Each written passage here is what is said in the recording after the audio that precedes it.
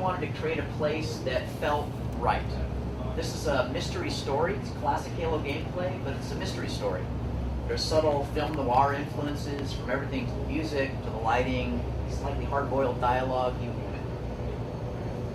But you're on your own. You gotta pick your fights carefully if you want to survive.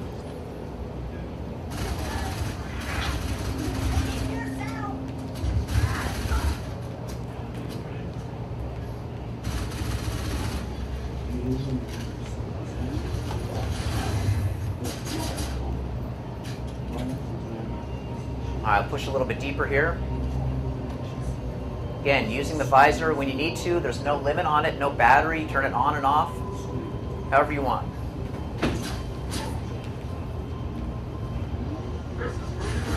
Yeah, that's for you. A couple squads have cornered me here. Hopefully this one's pulling back a little bit. See if I can draw these guys down.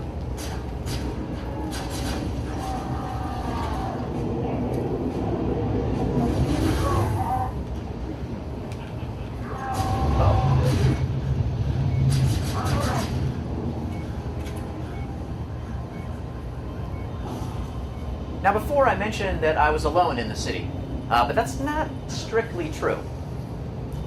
There's someone else that's with you. He's been watching you ever since you dropped. And he's a friend.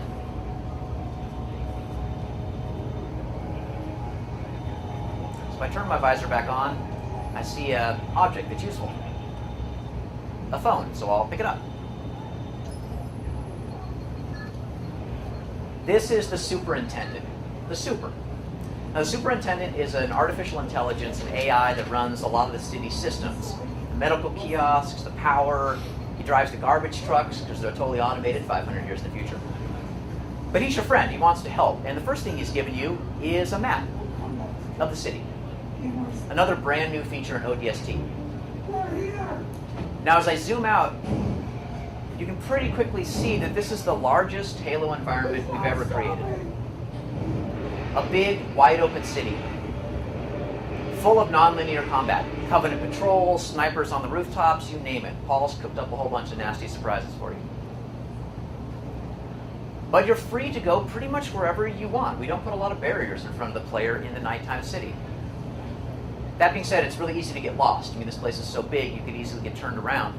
So the superintendent nicely has pointed out up on the upper left some places where he thinks we might want to go. Tiari Plaza, Uplift Reserve, and the Office of Naval Intelligence, the ONI Alpha Site. Now this blue circle is what we call a beacon. It's basically just an area of interest where the superintendent thinks there might be something important for you to look at. But that beacon is a good distance away from our current location. It'd be easy to get lost along the way, so you are also able to put down waypoints. Now I mentioned the campaign has full support for co-op. Up to 4 people can play it together. So you could have 4 ODSTs charging around the nighttime city. Everybody's able to place their own waypoints, and you can cycle back and forth between your buddies' waypoints. That's a great way to set up ambushes, point out secrets that you found, that sort of thing. So we're going to the Alpha Site. We've got a waypoint set. I'll shut the map down. And you can see now up in the compass, the beacon, the ONI Alpha Site, is indicated by the blue diamond, and our waypoint, the 2 green triangles. And it has a distance to target information that changes as we move. They're going to reorient, so you always know which direction to go. And in case you get even more lost, well, the superintendent's smart. He's watching, he knows where you want to go, so he's going to help you out too. Sometimes in not so subtle ways. But signs are just the beginning of the ways that he can help you in the city. So it's about 1 kilometer to the Alpha Site. It's a pretty long walk, so for today's demo, we're just going to cheat and hit a teleport volume, and it'll take us quickly where we want to go. All right, now we're about 15 meters from the ONI Alpha Site. And as we go inside the beacon, our heads-up display is going to flash blue, which means you're where you need to be. Time to kick on your visor and start searching for clues. Now remember, your mission is to find the other members of your team, so each of these clues that you find, like this thing up here in yellow, is going to give you information about the fate of your buddies. The detonator you've seen before. Before I do this, I just want to point out some of the art of the game. This is the Halo 3 engine, but it looks beautiful. Our artists have had more time to go back in, discover how to make things look even better than before. And I think their work is really terrific. You can see here, this is the remnants of the space tether burning in the distance, the space elevator we saw in the opening cinematic, and the ruins of a building off in the distance. And oddly enough, the bridge is out. I wonder how that happened. Well, let's pick up the detonator and find out. So again, you're the rookie in the nighttime city looking for clues, like this one. Stand by to start the projector. On my watch. We're way off course. We're heading exactly where I need to go.